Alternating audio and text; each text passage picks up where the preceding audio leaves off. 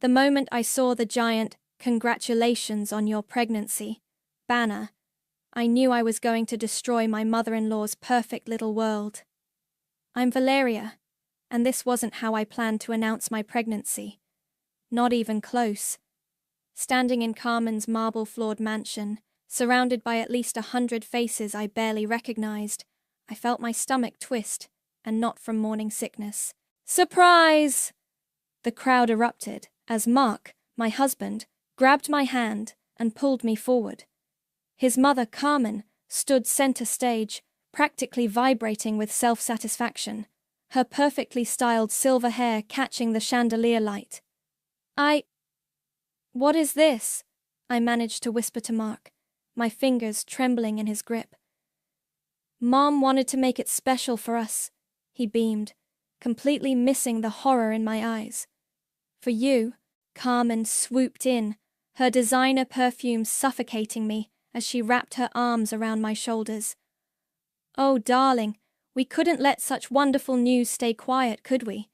Everyone's been dying to celebrate." "Everyone but me, apparently." "When did you—" I started, but Carmen was already addressing the crowd.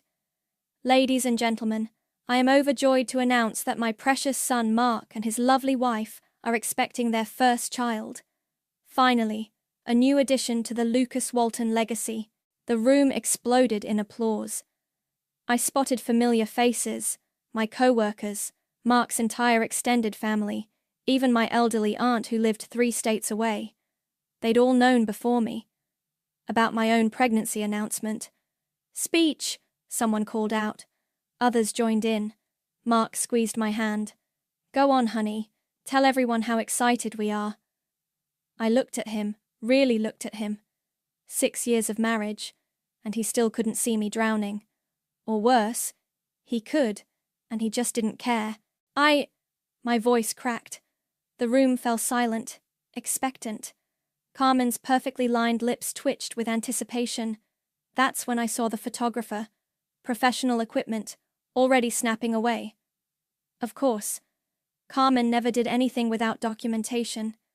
"This is," I forced a smile, "unexpected." Carmen laughed, high and theatrical. "Oh, she's just overwhelmed. Pregnancy hormones. You know how it is, ladies." The crowd chuckled knowingly. I felt my cheeks burn as Carmen patted my stomach, like she owned it. 8 weeks along," she announced proudly. "Due in early spring. We're thinking March will be perfect for the baby shower. I've already booked the country club." My vision blurred. 8 weeks. The same point I lost the last one. The miscarriage only Mark knew about. The one we'd promised to keep private until we were sure. The one that still haunted my dreams. "Excuse me," I managed, pulling away from Mark's grip. "I need some air." "Valeria," Mark called after me, but Carmen's voice cut through. "Let her go, darling. First trimester is always emotional. Now, who wants to hear about the nursery plans?" I made it to Carmen's pristine powder room just in time to throw up. As I splashed cold water on my face, I caught my reflection in the gilt-edged mirror. I barely recognized myself. My phone buzzed. A notification. Carmen had already tagged me in photos on social media.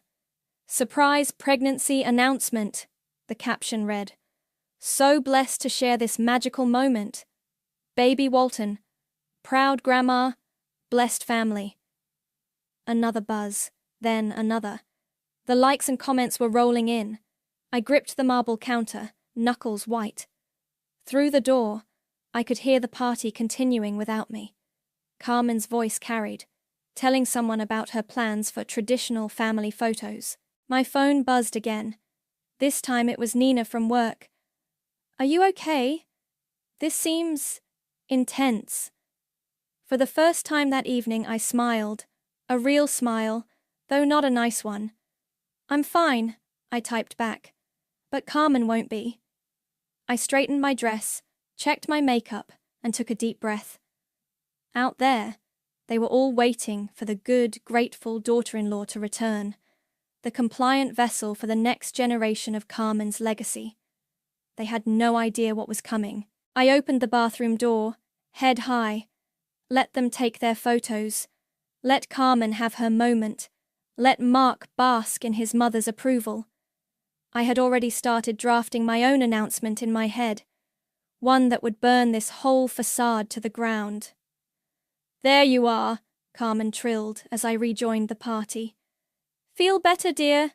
Come, come, the cake cutting is next." I smiled and nodded, playing my part. But inside, I was already at war. This baby would never be Carmen's do-over child. This pregnancy would not be her social media campaign. And this woman, me, would never be her puppet again. I just had to decide where to light the first match. "You're being dramatic again," Mark said, loosening his tie as we finally got home from the party. "Mom just wanted to make it special." I stood in our kitchen, still in my party dress, staring at the world's best grandma mug Carmen had pressed into my hands as a parting gift. Special? She invited my entire office, Mark. My boss knew before I could tell her myself. She was excited. You know how she gets. Oh, I know exactly how she gets. I opened my phone's gallery, scrolling through years of evidence. Remember our wedding? When she changed the entire color scheme 2 days before because burgundy photographs better than navy? Mark sighed that familiar sigh, the one that meant I was being difficult again. That was years ago, and she was right, wasn't she? The photos looked amazing. They looked like her wedding, not ours. I set the mug down hard enough to crack it. Good. Just like tonight, looked like her pregnancy announcement, not ours. Val, come on. You're hormonal. Don't. My voice could have frozen hell. Don't you dare blame this on hormones. He held up his hands in surrender, but his eyes were already glazing over, checking out, like always. "You told her," I said quietly, "about the baby, when we agreed to wait. She got it out of me. You know how she is when she suspects something." "And the miscarriage? Did you tell her about that too?" His silence was answer enough. "Jesus, Mark." I pressed my palms against my eyes. "That was private. That was ours. She's family." "No, she's your family. And she's been running our lives since day one." I started counting on my fingers. "She convinced you to turn down that job in Seattle because it was too far from home. She just happened to buy the house next door when we were house hunting. She has a key to our front door that I never gave her. She might need to check on us." "Check on us? Mark, I'm 32 years old. I don't need checking on." My phone buzzed again. Another notification. Carmen had posted more photos, including ones of me clearly trying to leave the party. The caption read, "Someone's getting shy with all the attention. Ash pregnancy glow. Sash blessed mama." I showed him the post. This is what she does. She takes every private moment and turns it into her personal PR campaign. Mark barely glanced at it. "You're overreacting. Mom's just proud." "Proud?" I laughed, but it wasn't funny. Last month she told her book club I might be infertile because I wasn't getting pregnant fast enough. Her exact words were, "Such a shame, but we'll keep trying." She didn't mean, "Stop defending her." I slammed my hand on the counter. "For once in your life, Mark, see what's happening." He stepped back, looking at me like I'd grown a second head. "Maybe you should lie down. You've had a long night." That's when I saw it. Really saw it. The same dismissive look Carmen gave me whenever I disagreed with her plans. The same patronizing head tilt. He was her perfect mirror. I walked to my home office without another word, closed the door, and opened my laptop. The folder marked Exit was right where I'd left it, filled with screenshots, recordings, and a growing list of lawyer recommendations. A new email popped up from Nina. "That party was insane. Call me if you need anything." I typed back quickly. "Remember that photographer friend of yours? The one who does maternity shoots? Is she free this week?" Nina's response was immediate. Hell yes. Want to do this right? Want to do this my way, I replied. Another buzz from my phone. Carmen again.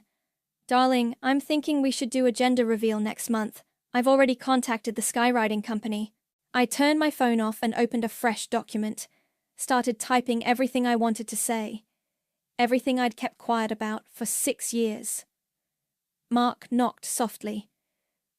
Val, Mum wants to know if you're free for lunch tomorrow. She wants to discuss nursery themes. I kept typing. Tell her I'm busy. She says it's important. Everything with her is important, Mark. Everything except what I want. He lingered in the doorway. You know she loves you, right? In her way. I looked up from my screen, meeting his eyes. Her way isn't love, Mark. It's control, and I'm done with it. He left, probably to call Carmen, to tell her I was being difficult again. Let him. Let them plot and plan and arrange my life without me. I had my own plans now. I opened my email and clicked on one of the lawyer consultations I'd bookmarked weeks ago.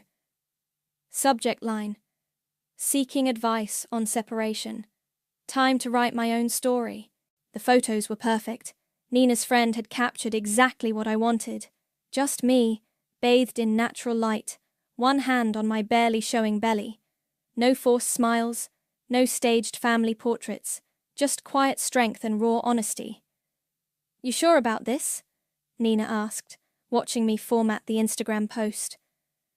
We sat in her apartment, away from Mark's and Carmen's prying eyes. Never been more sure. I added the caption I'd spent days crafting.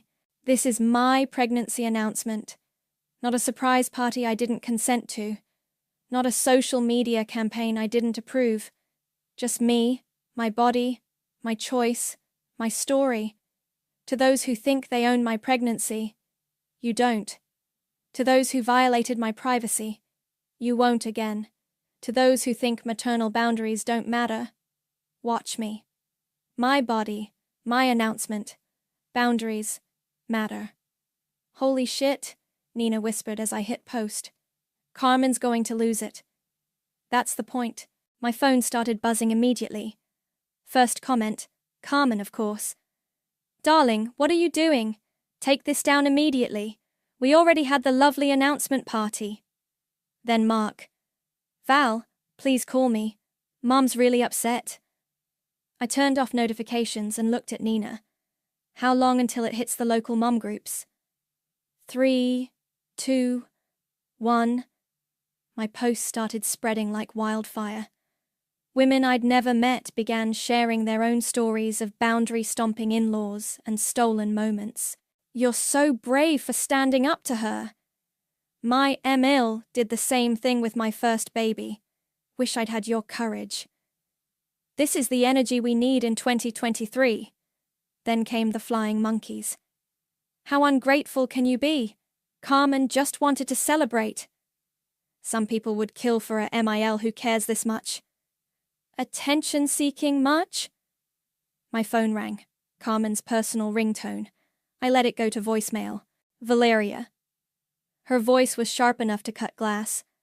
I don't know what kind of hormone-induced breakdown you're having, but you will take down that post immediately.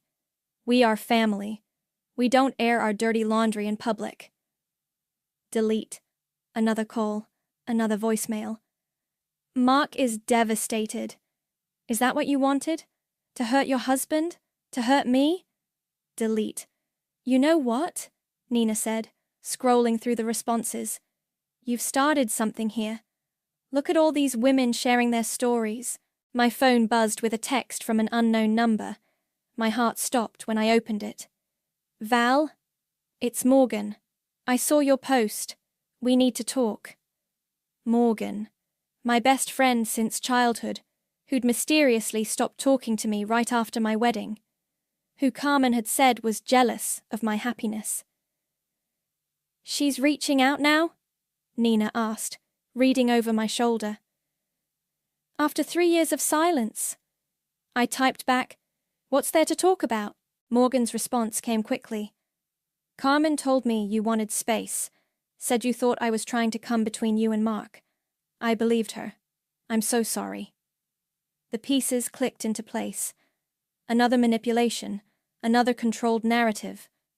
My office phone rang. Carmen herself standing in our lobby. "Ma'am, there's a Mrs. Lucas here to see you," our receptionist said nervously. "She says it's a family emergency." I could hear Carmen's voice in the background. "Tell her it's her mother-in-law. Tell her we need to talk as family." "Tell her I'm in a meeting," I replied. "And Sarah? Call security if she doesn't leave."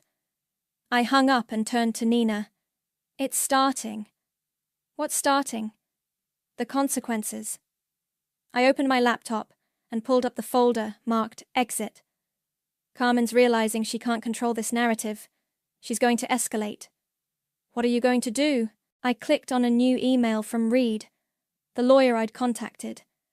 I'm going to let her. Every reaction, every manipulation, every guilt trip. It's all evidence now. My phone lit up with a text from Mark. "Mum's crying. She says her heart can't take this stress. Please, Val, think about what you're doing." I showed Nina the message. "Want to bet how long before she ends up in the emergency room with mysterious chest pains?" "That's oddly specific. Just wait." I started typing a response to Morgan. "Coffee tomorrow? There's a lot we need to catch up on." Nina squeezed my shoulder. "You know this is going to get worse before it gets better, right?" I looked at my reflection in the window, clear-eyed, straight-backed, finally breathing freely. "Good," I said. "Let it get worse. I'm done being quiet." My phone buzzed one final time. A text from Carmen. "If you want to play this game, dear, remember who has more to lose." I smiled and screenshot the threat. More evidence for the folder. Game on, Carmen. Game on. She did what? Morgan's coffee cup froze halfway to her mouth. We sat in a quiet corner of a cafe across town, 3 years of silence finally breaking. "Faked chest pains," I said, sliding my phone across the table. "Right on schedule. Mark's been blowing up my phone since last night about rushing her to the ER. Morgan read the texts, her eyes widening. "Mom's in critical condition. The doctors say it's stress-induced. How could you do this to her?" Keep reading. "The EKG was inconclusive, but Mom says she's never felt pain like this before." Morgan looked up. "Please tell me you're not falling for this." I pulled up another photo on my phone, a recent Instagram post from Carmen at her tennis club, dated 2 hours after her supposed emergency room visit. "She's really slipping. Used to be more careful about her timing." God, this brings back memories. Morgan stirred her coffee absently. "Remember Mark's college graduation? When she collapsed, right as he was about to tell her he got a job offer in Seattle?" Miraculous recovery once he turned it down, though. Morgan's face darkened. "Val, about what happened after your wedding?" The cafe door chimed. Mark walked in, spotting us immediately. Of course. Carmen's tennis club was just around the corner. "Val!" He hurried over, looking desperate. "Why aren't you answering your phone? Mom's—" "Playing tennis," I finished, showing him the Instagram post. Quite energetically for someone in critical condition. He faltered. That's an old post. Posted 2 hours ago, Mark. Timestamp doesn't lie." "Morgan?" He noticed her finally, confusion crossing his face. "What are you doing here? Mom said you—" "Lied about me?" Morgan cut in. "Yeah, we're just figuring that out ourselves." Mark sank into an empty chair, uninvited. "Val, please. Whatever's going on with you, we can fix it. Mom's willing to forgive." "Forgive?" I laughed. "That's rich. Tell me something, Mark. Why did you tell her about the miscarriage?" His face went pale. Morgan gasped softly beside me. She could tell something was wrong. She kept asking.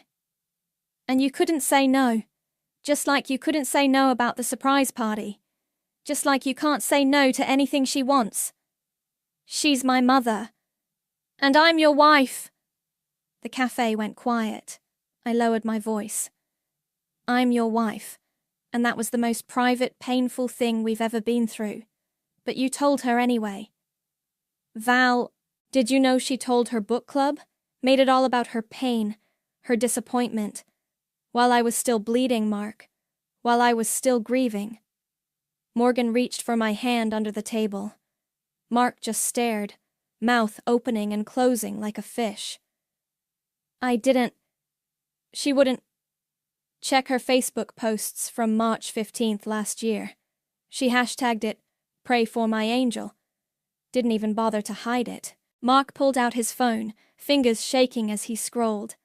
I watched the color drain from his face as he found the post. Mom said, "She said you were being dramatic about wanting privacy. That family shares everything."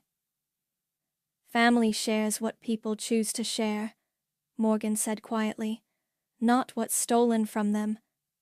My phone buzzed. A text from Reed, my lawyer. Documents ready for review. Can you meet today? I have to go, I said, standing. Morgan, thanks for coffee. And for the truth. Val, wait. Mark grabbed my wrist. Where are you going? We need to talk about this. I pulled free. You need to talk to your mother. Ask her about the tennis match she played while supposedly dying in the ER. Ask her why she told Morgan I wanted nothing to do with her. Ask her anything, Mark. Just for once, ask her the hard questions. She's not perfect, but she loves us. No, Mark, she loves control, and you let her have it every time. I walked out, Morgan following. Behind us, I heard Mark's phone ring, Carmen's ringtone. You okay? Morgan asked as we reached my car. No. I touched my belly gently. But I will be. This baby deserves better than lies and manipulation. I deserve better. What's next? I showed her Reed's text. Freedom. Want to come with me to meet my lawyer? Morgan smiled, the same fierce smile I remembered from our childhood, when we'd promised to always have each other's backs. Try and stop me. As we drove away, I saw Mark through the cafe window, phone to his ear, nodding along to whatever story Carmen was spinning now. Let her spin. Let her scheme and manipulate and play victim. I had truth on my side. And finally, I had my best friend back. My phone buzzed one more time. Carmen. Mark tells me you're with that awful Morgan girl. Haven't you hurt this family enough? Delete. Some messages don't deserve a response. Your husband's company is deeply entangled with your mother-in-law's finances, Reed said, spreading documents across his desk. Carmen's name is on half the business assets.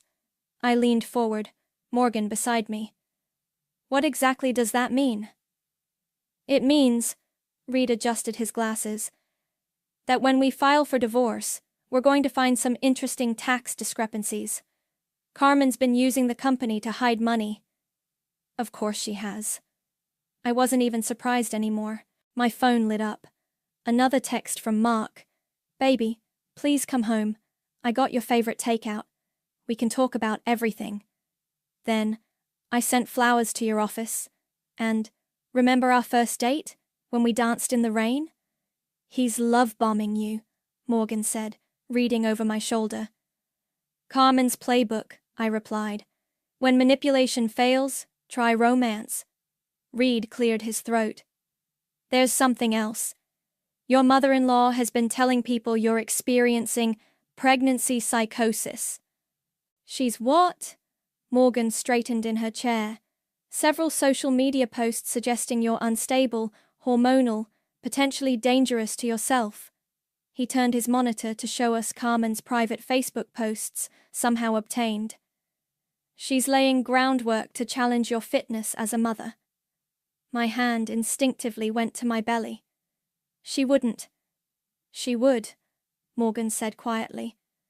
Remember what she did to Mark's first girlfriend in college? The one who wanted to study abroad? I did remember. The girl mysteriously lost her scholarship after Carmen spread rumors about her mental health. My phone buzzed again. A text from Nina. Carmen's here at the office again. Security's dealing with it, but she's making a scene. What's she saying? I typed back. Nina's response came with a video. Carmen in our office lobby, tears streaming perfectly down her face, makeup immaculate despite her breakdown. My daughter-in-law needs help. Carmen's voice rang through the phone's speaker. She's not well. She's turning my son against me, against his own mother. Classic Darvo, Reed commented. Deny, attack, reverse victim and offender. She's making herself the victim of your boundaries. My phone exploded with notifications. Carmen's performance had already hit social media. Praying for this poor mother's heart? Some pregnant women really do lose their minds. Carmen Lucas is such a strong woman dealing with this crisis with grace. Grace? Morgan scoffed. She's about as graceful as a bull in a china shop. Another text from Mark. Mom's really crying now. Real tears, Val. Please come home. What's our next move? I asked Reed. He smiled, sliding a folder across the desk. We go nuclear. Legally, quietly, but completely. I opened the folder. Inside was every financial document, every manipulative text, every social media post where Carmen had overstepped. Plus, something else. Proof of tax evasion going back years. How did you get all this? Let's just say Carmen's tennis partner's husband works for the IRS, and he's not a fan of her methods. My phone rang. Mark again. This time I answered, putting it on speaker. Val, please. Mark, I'm only going to say this once. Your mother is currently at my office, telling everyone I'm mentally unstable. That's defamation. She's worried about you. We all are. No, she's worried about losing control. And you're letting her destroy any chance we might have had to fix this. Silence on his end. Then, what do you want me to do? I want you to grow up, Mark. I want you to see what she's doing. But mostly, I want you to get ready for what's coming. What's that supposed to mean? It means I'm done playing nice. Check your email in an hour. I hung up and looked at Reed. Do it. File everything. He nodded, reaching for his phone. It's going to get ugly. It already is. I stood up, suddenly tired. But I'd rather have ugly truth than beautiful lies. Morgan linked her arm through mine as we left Reed's office. You know she's going to escalate again. Let her. Every scene she makes, every lie she tells, every manipulation she tries, it all goes in the file now. My phone buzzed one final time. A group text from Carmen to the entire family. Please pray for our family in this difficult time. Sometimes those we love most become strangers to us. Mark and I are devastated, but staying strong through faith and family. Pray for Valeria. Pregnancy, crisis, family first. I showed Morgan the text. She squeezed my arm. Ready for war? She asked. I thought about my baby, growing strong despite everything. Thought about the future I wanted, one built on truth, not performance. This isn't war, I said. It's liberation. And I meant every word. The charity gala invitation sat on my desk like a landmine. Annual Lucas Family Foundation benefit in gold embossed letters, with a handwritten note from Carmen. Family stands together. Don't embarrass us. You're not actually going, are you? Nina asked, perched on the edge of my desk. Oh, I'm going. I smoothed my hand over my growing baby bump. It's time to end this. The night of the gala arrived crisp and clear. I chose a fitted black dress that emphasized, rather than hid my pregnancy. No pastels, no bows, no Carmen-approved maternal softness. Morgan met me at the entrance to the country club. Ready? Born ready. We walked in to find Carmen holding court near the champagne fountain, Mark hovering at her elbow. She spotted me immediately, her perfect smile faltering for just a second. Valeria, darling. She air-kissed my cheeks. We weren't sure you'd come, in your condition. Wouldn't miss it, I said sweetly. Especially since you're announcing the Foundation's new board members tonight. Her smile tightened. Yes, well, including the new Financial Oversight Committee? A champagne glass slipped from her hand, shattering on the marble floor. Mark jumped to clean it up. Careful, Mum, he said. Your heart. I'm fine, she snapped, then caught herself. Just worried about Valeria. Should you really be here, dear? In your fragile state? I'm pregnant, Carmen, not invalid. But speaking of states, I nodded to the podium. Isn't it time for your speech? She gripped Mark's arm. Come with me, darling. I need you to introduce me. I watched them go, Carmen whispering urgently in Mark's ear. Morgan handed me a sparkling water. How long? She asked. Wait for it. Carmen took the stage, radiant in designer silk. Welcome, everyone. Tonight is about family, about legacy. I moved closer to the front, phone in hand. About standing together through difficulties. Her eyes found me in the crowd, narrowing slightly. Even when certain people lose their way? I raised my hand. Question, Carmen?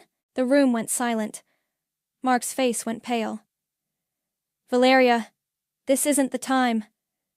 Actually, it's the perfect time, while everyone's here. I stepped forward. Would you like to explain the Foundation's offshore accounts? Or should I? Carmen's hand flew to her chest. I don't know what you're... Or maybe we should discuss the tax documents, the ones showing how you've been using the Foundation to hide personal expenses. Mom? Mark's voice cracked. What is she talking about? She's confused, Carmen said quickly. The pregnancy... The IRS isn't confused, I cut in.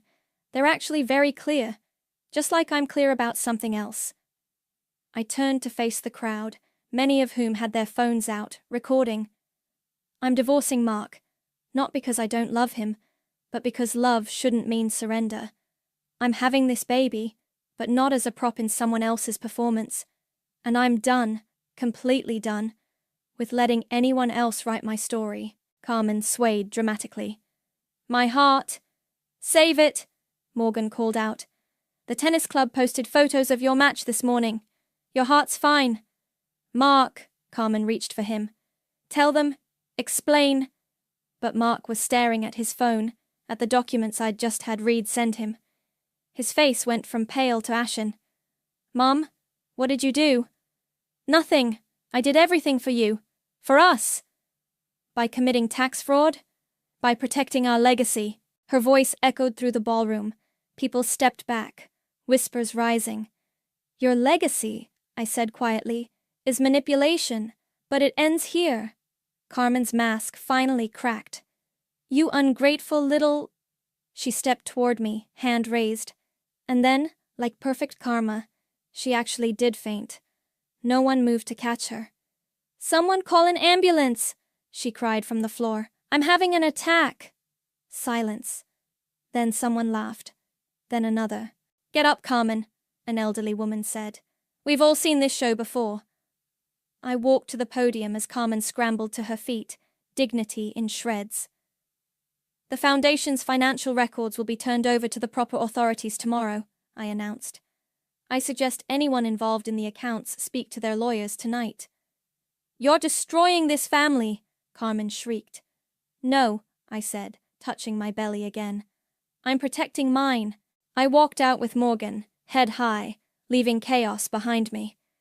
Through the doors, I heard Mark's voice rise above the din. Mom, what else have you been lying about? In the parking lot, Morgan hugged me tight. You did it. Not yet. I pulled out my phone, opened Instagram, and started typing. Now everyone gets to hear the whole story. Behind us, Carmen's carefully curated world continued to crumble. And I felt nothing but free. The IRS officially launched their investigation this morning, Reed said, sliding a newspaper across his desk. The headline read, "Local Family Foundation under federal investigation." "How's Carmen taking it?" Morgan asked, sitting beside me. I checked my phone. According to her latest post, she's seeking healing at an exclusive wellness retreat. Translation, hiding from reporters. And Mark? Still trying to save what's left of the company. I rubbed my now prominent belly. He sent divorce papers back, signed. Nina burst into Reed's office, waving her tablet. "You guys need to see this." She pulled up a viral video compilation. Carmen's greatest hits, her fainting spells, her tearful performances, her social media manipulation, all spliced together by some genius online sleuth. 2 million views already, Nina said. People are calling her the mother-in-law from hell. The timing couldn't be better, Reed said, pulling out a fresh stack of papers. The judge granted your emergency order.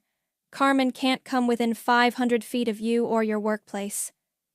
My phone buzzed. A text from Mark. "Can we talk? Please? In person?" I showed Morgan the message. "Are you going to?" "I think I have to." I looked at Reed. "Any legal reason I shouldn't?" He shook his head. "Just meet somewhere public." 2 hours later, I sat across from Mark at our old favorite coffee shop. He looked terrible, exhausted, unshaven, wearing the same wrinkled shirt from yesterday. "The company's finished," he said without preamble. "Mom's actions, the investigation, everything's frozen." "I'm sorry." "Are you?" He looked up, eyes red. "You brought this all down." "No, Mark. Carmen brought this down. Years of lies and manipulation brought this down. She was trying to protect us. Stop." I pushed my untouched tea aside. "Just stop. Even now you're defending her." He deflated. "I don't know how not to." "I know." And I did. That was the tragedy of it all. My phone lit up with a notification. Someone had found and shared my old pregnancy journal entry from the miscarriage. "Today I lost more than a baby. I lost the right to grieve privately. My mother-in-law made my pain into her social media moment. Never again. Next time will be different. Next time will be mine." Mark read it over my shoulder, face crumpling. "I remember that post she made. The one about being a grandmother angel. I knew it hurt you, but I couldn't stand up to her, couldn't protect me, couldn't be a husband instead of a son." He nodded, tears falling. "The company wasn't the only thing that's finished, is it?" "No." I touched my belly. "But this baby will have something better than a perfect social media family. They'll have truth." "And me? That depends on you. On whether you can finally cut the cord." My phone buzzed again. Carmen had posted from her retreat. "A mother's love is forever, even when betrayed. Pray for my son." Mark saw it and actually laughed, a broken, hollow sound. "Even now, even after everything." "She'll never change, Mark." "I know. I think I've always known." He stood up slowly. "The house is yours. I'll get my things this weekend." "Where will you go?" My friend Jake offered his guest room, far from Mom's house. It was a start. A small one, but still. As he turned to leave, he paused. Will you let me know when the baby comes?" "Yes, but not through Carmen. Not through social media. Just between us?" He nodded and walked out. I watched him go, feeling lighter somehow. Morgan was waiting in her car outside. "You okay?" "Actually, yes." I showed her my phone. Carmen's latest post already had hundreds of negative comments, people sharing their own stories of maternal manipulation, of boundaries crossed, of silence finally broken. "You started a movement," Morgan said softly. "No." I pulled out my old journal, turned to the last page. I just finished what I promised myself back then, to never let anyone else control my story again. My phone lit up one last time, a message from Mark. I just blocked Mum's number. It's not much, but it's a start. I smiled and put the phone away. Let Carmen post what she wanted. Let her play victim to an empty audience. I had a nursery to paint, a life to rebuild, and a story to tell. My own. Ready to go home? Morgan asked. Home. Not the house Carmen had chosen, but the small cottage I'd bought with my own money, far from her reach. More than ready. The sun was setting as we drove away, casting long shadows behind us. Sometimes the happiest endings start with burning everything down. Push! The midwife's voice cut through everything else. You're almost there! Morgan gripped my left hand, Nina my right. No hospital room drama, no family spectacle, just my chosen support team and the quiet strength of my home birth plan. One more, the midwife encouraged. Your baby's ready to meet you. The final push brought with it a cry, strong, defiant, perfect. It's a girl, the midwife announced, placing her on my chest. Healthy and beautiful. I touched her tiny face, memorizing every detail. No phones, no cameras, no social media countdown. Just this sacred, private moment. She's gorgeous, Morgan whispered. My phone buzzed on the nightstand. Mark's ringtone. I nodded to Nina, who answered it on speaker. Is everything okay? His voice was tight with worry. The lawyer said you'd gone into labor. She's here, I said softly. She's perfect. A shaky breath on his end. Would it be all right if I came to meet her? Just me, I promise. I looked at Morgan, who nodded. Give us an hour to clean up. And Mark, don't tell your mother. I haven't spoken to her in weeks, he said, not since the court date where Carmen had tried to claim grandparental rights, only to be shut down by her own history of manipulation and the ongoing federal investigation into her foundation.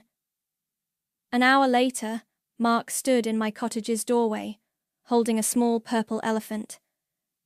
I remembered you liked purple, he said awkwardly, and no pink because pink was Carmen's choice, not mine. I adjusted the baby in my arms. Would you like to hold your daughter? He took her carefully, tears falling freely. She looks like you. Poor kid, Morgan joked, breaking the tension. My phone buzzed again. A news alert. Local socialite Carmen Lucas pleads guilty to financial fraud. Mark saw it and sighed. She took a deal, 3 years probation, mandatory counseling, full restitution. Will she follow through? Doesn't matter anymore. He handed the baby back gently. I'm done managing her feelings. Nina appeared with tea. Have you thought about names? I nodded. Diana, it means divine. Mum will hate it, Mark said, then caught himself. Sorry, old habits.